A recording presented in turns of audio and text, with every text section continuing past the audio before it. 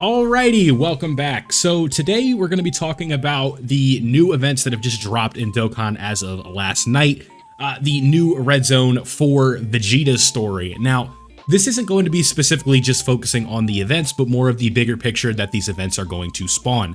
Now, what it's looking like for this year, at least my initial impression of it, is that we are going to be having what appears to be a pretty big reset in terms of the meta.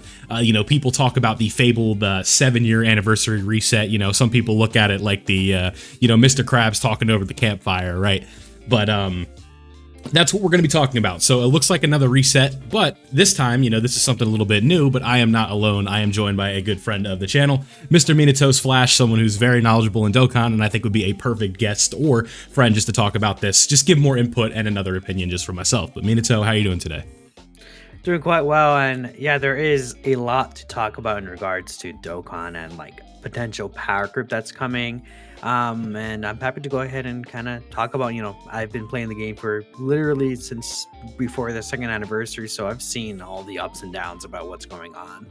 Right, it's a familiar territory here where it's like, the anniversary units are coming and it's looking like things are about to get pretty wild. But more specifically, we saw the Goku Story Red Zone and we were like, yeah, these aren't too bad. And then it was like kind of whatever. And then we get these Vegeta Story Red Zone and it's like, holy hell, like this is pretty tough. What were like kind of your initial impressions of the events so far? Did any stages stick out? Did any mechanics stick out? There's a lot of things that we could talk about, but I at least want to get the perspective of the guests first. Like, what did you think? I mean, to me, honestly, I would say that the actual, how hard these bosses are hitting is not what surprised me, because none of them really hit. Like, there's, I think, one boss or one or two, super attacks that would hit, 4 mil-ish range, right? And given that this is the events coming in the countdown, could tell you a lot about what might be actually coming during the main anniversary. But what really got to me is the HP pool that these bosses have. I think that's what did surprise me. These bosses are super, super high in HP. I mean, we're talking about the Vegeta story. I think that one is the one that's most prevalent in, right? The actual stage 2 in the Planet Namek saga, the Ginyu boss has 200 million HP. Frieza has 210 million HP, and then there's a 5-phase fight, so there's 3 bosses before, right? And they're there's a lot of HP that these bosses have, and it's that's kind of crazy, right? We see, the Goku stage, he has a total of 400 million HP across both phases. These bosses are not tanky, but they just have so much health, right? Where it's even the hardest hitting characters at this point, they can't 1 or 2 phase these characters like that, right? I think the only character that I think could really potentially do that is easy A-Tech Broly, and then Tech UI Goku if he gets a ton of counters, right? Even Tech UI Goku against the actual Ginyu part of the fight, right? He didn't even one turn him, and he's type advantage and critting and everything like that. So I think that's where we see these bosses are starting to get a lot. And I guess being fair on top of that, these bosses have some interesting mechanics that are being introduced. I think, well, not necessarily introduced, but reintroduced, right? We have some of these bosses that, disable dodge have been popping up already. We've had these bosses that reduce damage under a certain amount to 0. So that's another thing that could also potentially power group some older characters that can't do damage. Literally will do just 0 damage to the boss, especially with the HP these bosses have. That could be a little dangerous. Yeah, dangerous, I think, is one good way to put it. And you mentioned it sort of before you kind of changed it a little bit, direction with the HP, right? How you're talking about how these bosses aren't tanky, but they have a lot of HP. I would argue that that is a form of tankiness, right? where it's just like, it Yeah. doesn't, you gotta have like some crazy attack stats to pierce through all this. And like, to put it into perspective, right? Like, one of the hardest bosses in terms of like HP pools is like someone like Cell Max, right?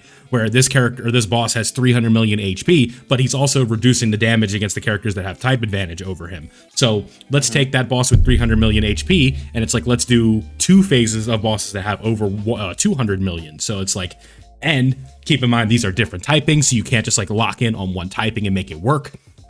So it's like, you go all tech to get rid through Ginyu, and it's like, oh, by the way, there's a boss that hits harder on the next turn. And then with somebody like Ginyu, we're getting attack plus 5% with each turn, so his attack is going up. His super attack is stunning you and hitting you for 2.8 million. And on top of all that, he has 200 million HP. So it's like, if I just took a screenshot of this Ginyu boss, you'd be like, holy hell, this guy is crazy. And then it's like, oh, by the way, we have another phase after that, and this guy hits for 1 million more basically on his super, and he's reducing. Do we have the exact number on Frieza for the damage yet?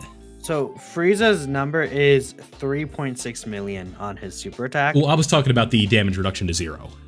Oh, no, I don't believe we have the exact number, but I don't think it's too high, because I was able to have Tekuai Goku's counters like hurt him, and I think I found a lot of situations where Tekuai Goku's counters and Goku Frieza cannot damage them, but even mine free dupe was able to damage him. So I would say at most probably like 3 mil, but I don't know the exact number.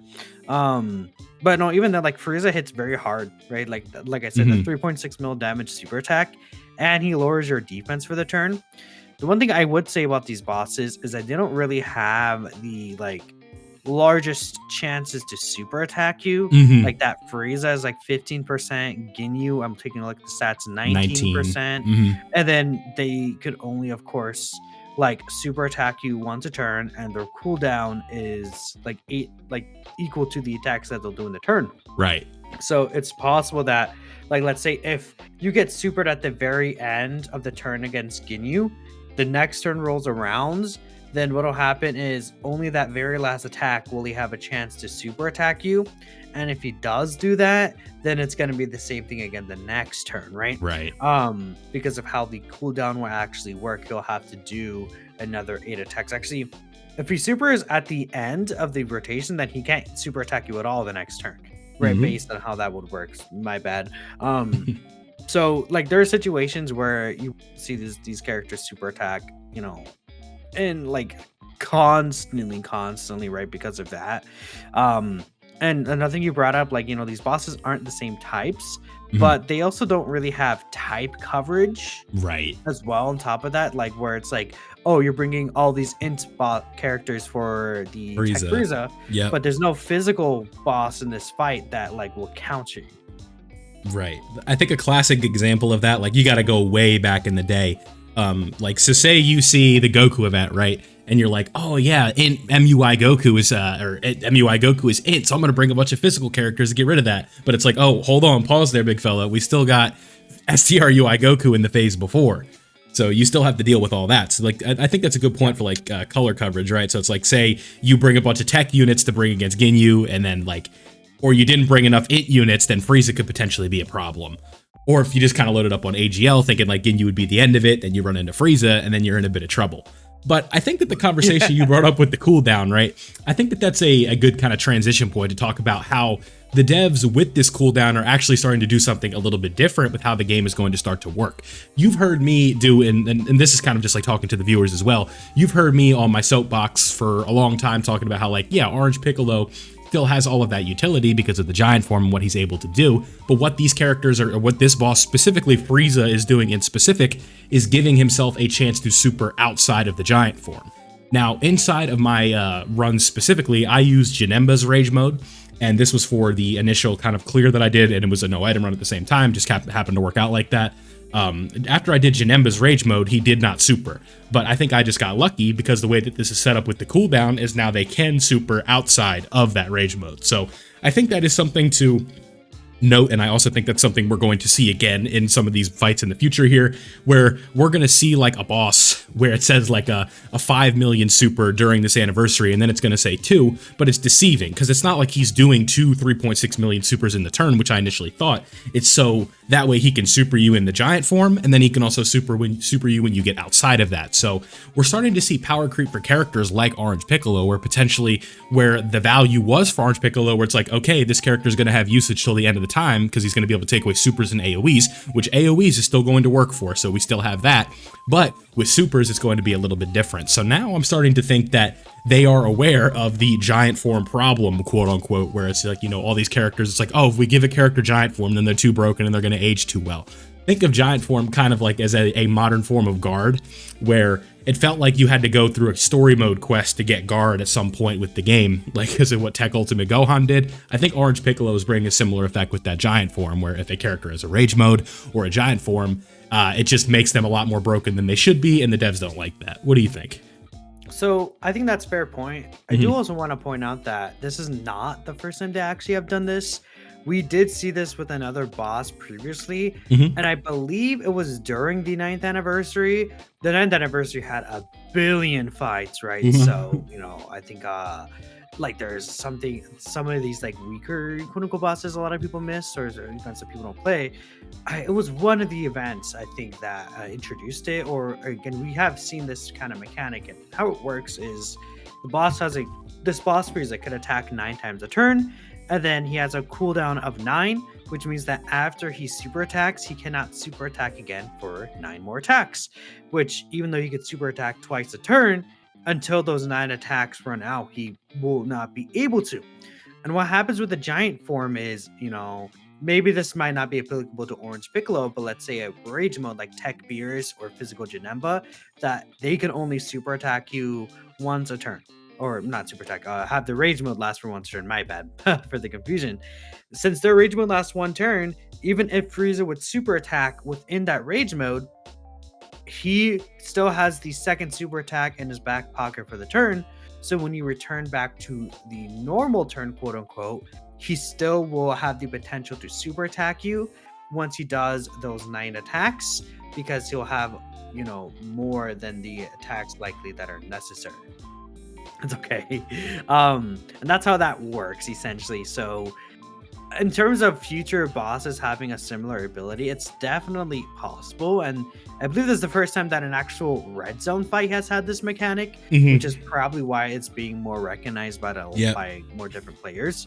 But yeah, no, I mean, I think this to me feels more of a target at like Tech Beerus or Physical Janemba, because the thing about Orange Piccolo is that, you know, with his giant form, it lasts for 2 turns. Fair. So Frieza could super on the first turn, then super on the second turn, and then he can't super you again because he uses 2 super attacks for the turn.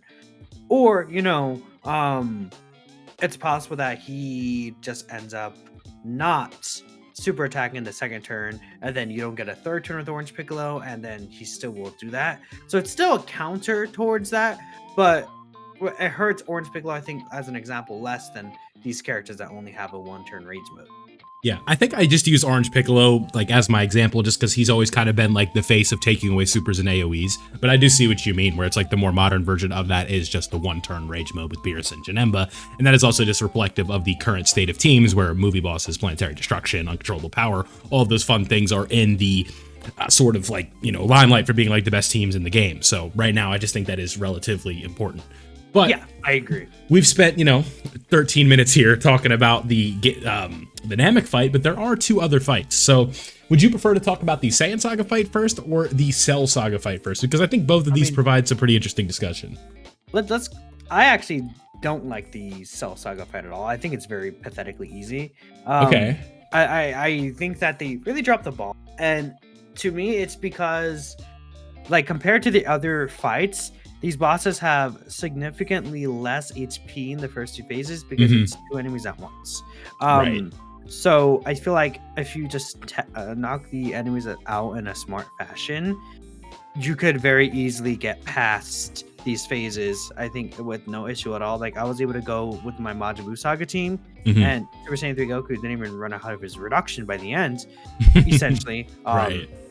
you get to Cell at the end, right? And then Cell looks like he could be a very difficult boss. He has almost 250 million HP.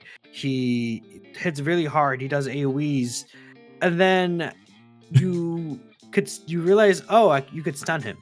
Right. So then he becomes useless, and he And the does Boost, nothing. yeah, the Boo Saga team is also one that is no stranger to stuns. Yeah, I Right. mean, Angel Super Saiyan 3 Goku has stuns. Physical Super Saiyan 3 Goku has stuns. You know, if you're bringing Int Super Saiyan 3 Goku ZA, Tech Mhm. Majin Vegeta EZA, like there's like so many characters that stun on that team. It's actually really funny. So Yeah. I guess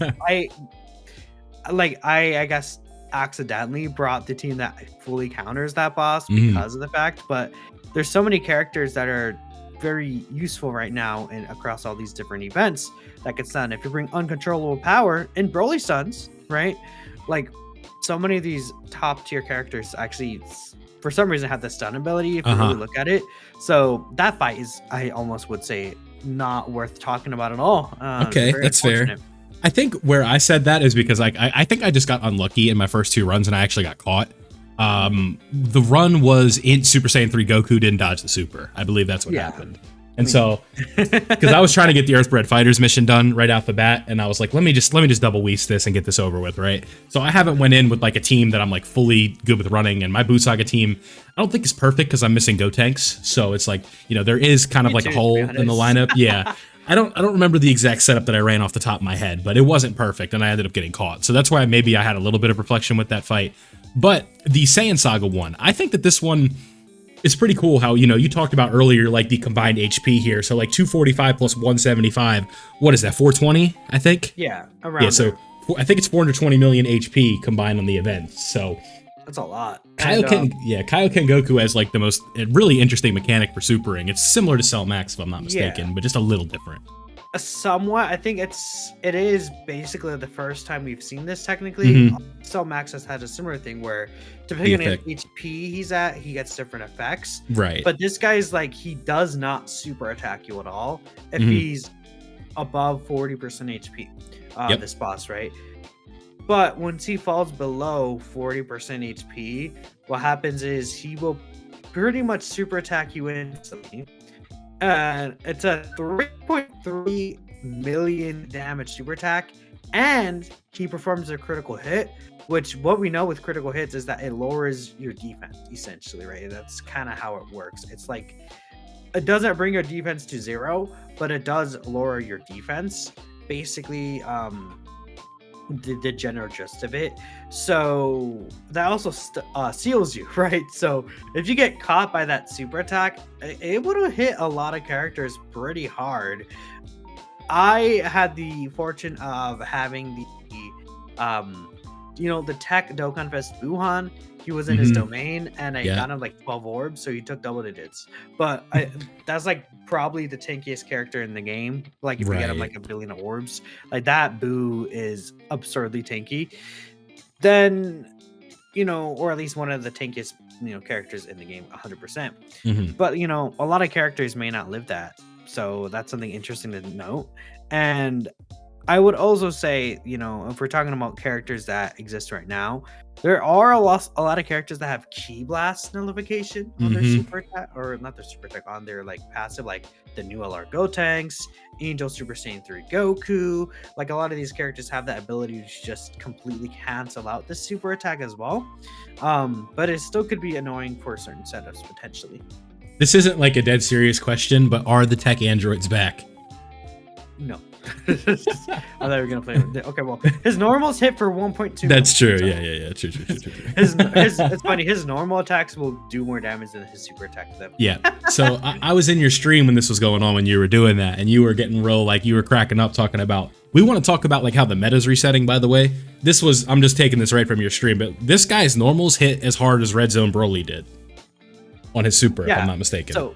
Yeah, exactly. Red Zone Broly's super attack on release hit for 1.2 mil in his final phase. This is what this guy's normals are hitting for, which, I mean, after 2 years, it would eventually make sense that we would get to this point. I think that, considering that these countdown celebration characters are doing like nearly 3 to 4 mil damage supers already with the amount of HP increase that they have. Like by the time you roll into part 3, I could definitely see a shift in the meta, which it happens every year, right? I think people when they hear the word power creep, or they hear, when power like enemy boss increase in terms of whatever, this is the general description people use, they get worried and they're like, oh, all my characters will become bad.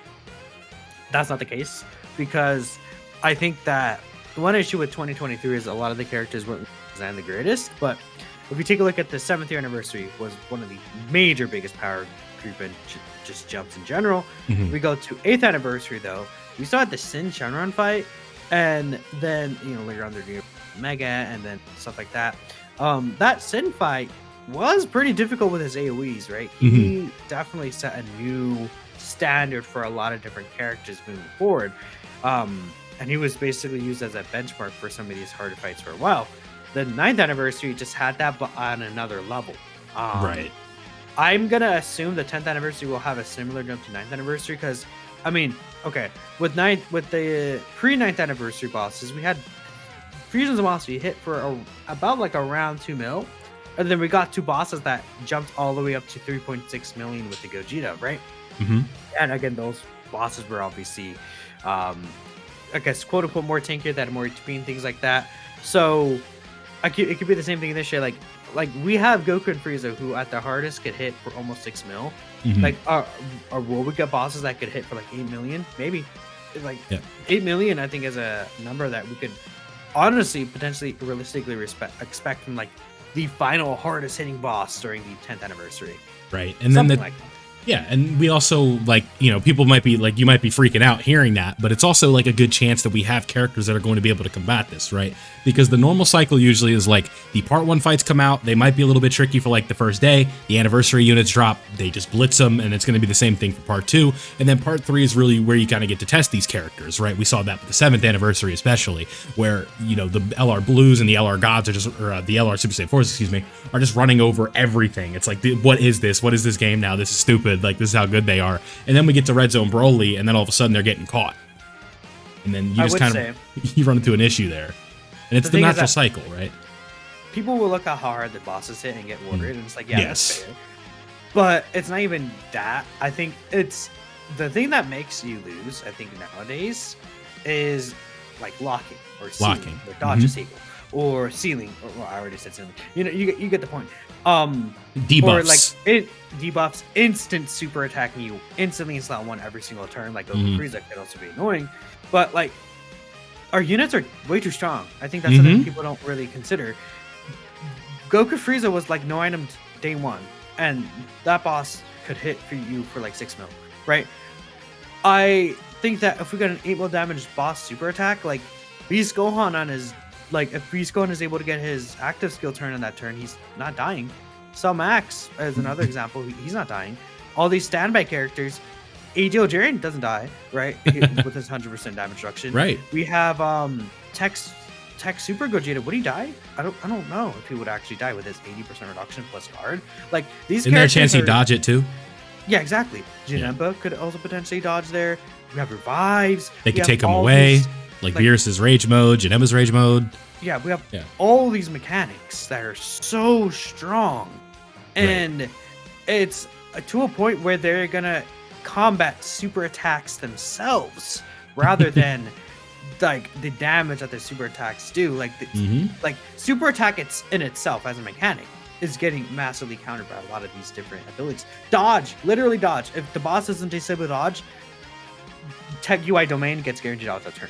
Age UI Goku can get guaranteed dodge on the turn. Like, you know what I mean? I think Tech Khalifa can get it if you really want to break it down. I mean, yeah, Tech Khalifa could potentially get it if it's a Universal Saga boss. I mean, Jiren is on the face of both the Goku Red Zone. That is a good point. The Vegeta Red Zone. So like, if Jiren is like the hardest hitting boss and he doesn't disable dodge, Tech Khalifa is not gonna care. God event all over again. We're gonna be like, is she the best unit in the game? And even then, if you have Tech UI Goku, guess what? he uses his domain and she can dodge anyways. There you go. I think it's gonna be what these bosses actually do from their mechanics, like locking, stealing, stunning, rather than how hard these bosses will hit for a lot of different setups, a lot of different characters. That's just how the game is going to be now, right? And how high these stats are. Like, unless bosses will be doing like 15 mil or something, and that's when it's like, okay, yeah, now everyone sucks for the most part. But like, if it's like 8 mil, like, it's not even that big of an increase, honestly. It's when the sorry. I mean, just finish this up, especially if you consider how powerful the new characters will be. I mean, an example I want to bring up is the Super Saiyan 4 Goku, right? People aren't really thinking about this, but we know he's going to go to grade 8 form, and then in the grade 8 form, he can use an active skill. So, like, you go grade 8 with him, you cancel the boss of Super, then you have Super Saiyan 4 Goku out. Yeah. Yeah, so... I think you bring up a really good point where like people are going to get scared, but this is really just the natural cycle with the game every year. I think we're in trouble if these normals start going up to 3 million. I think that's when we can start having the discussion, right? Yeah. But when for supers and stuff like that, like Minato said, there's a ton of different tools that we're going to have at our disposal, and then some more with these anniversary characters. So I think that's always something to remember. Yeah, I would say normals is fair because, like, the thing is that, like, the boss will usually super in slot 1 or 2 in a lot of situations. But if you're like slot 3 support character gets targeted, like, bro, in Ultimate Gohan is not eating a 5 super, right? If he doesn't dodge, you know. But at the end of that, it's also RNG for that character. But I'm trying to think of like I don't know, like some characters will end up being like dodge or die if you're running them in slot 3 and they're just like a supporting kind of character. Like even Glorio, he would have to dodge or else he would like die to a super. And there's a good chance he'll do it, so you're good. Oh yeah, I mean, I think, well, this is talking more like an 8 mil super attack, right? But I guess like if it's with how long these events are, Glorio's gonna stack up enough to where he could probably tank it too. So we're in a silly spot right now where it's like these bosses are looking silly, but I think it's also just as important to remember that our characters are silly as well. Yeah, I think, you know, when you look at these characters, it's just kind of like, man, they're doing so much, and there's a lot of situational aspects to it, but like even like type advantage could help out. Like, I don't know if like one of the hardest hitting bosses is actually no, never mind. Okay, I was going to say something else. If one of the hardest hitting bosses, like I'm trying to think of a good typing. Like, what's a character with a lot of damage reduction, but doesn't have guard per se? There's not really a lot. Tech God Goku? Tech God Goku? I mean, if there's like an if Fusion Zamasu is AGL, like you could probably use Tech God Goku as like a floater character. Because he can get his damage reduction against, is it Roma Gods too? I thought it was movie bosses, isn't it? I don't think, that's probably a bad example for Fusion Zamasu. It is. Yeah, it is movie bosses. Pure Saiyans, yeah. So I'm trying to think of another boss. I don't know. If we got like a AGL Pure Saiyans boss or something, right? It's like Tech God Goku who could probably still work as a floater. Right? He's not gonna eat damage from this. But you're gonna want a full dodge build on that Tech God Goku probably. Probably, yeah. I mean, just in general. But yeah. I guess I don't know why I thought it was Rama Gods. I'm a fraud. I haven't used them in like years at this point. I feel like since like. I want to say years, I guess, but like since like, well, I mean, yeah, probably since like pre-8th anniversary. Maybe like the Cooler movie celebration because there's a lot of Cooler fights. I don't know. Yeah, maybe around there, but you know, I think I did use him in the Metal Cooler Core fight, but that's like a whole other topic. Yeah. All right, it seems like we're kind of running off the rails a little bit here, so I hope you guys enjoyed this discussion about whether or not where we think power creep is going. Is a meta reset coming? If you guys did enjoy today's video, first, don't forget to check out Minato's Flash here. Good friend of mine, been doing stuff with him for a pretty long time now. And again, he's a good Dokkan player. He knows what he's talking about and makes good content as well. So please make sure that you check him out. I'll put a link in the description as well as the pinned comment. Make sure you show him some love and tell him that I sent you. And that's basically all I got for you. So thank us for watching. Let me know what you think of these longer form discussion videos. This is kind of something new to the channel and all that fun stuff. Maybe we could have some other guests on in the future. So thank us for watching. Don't forget to leave a like if you did enjoy. Subscribe if you are new, and I'll see you all in the next one.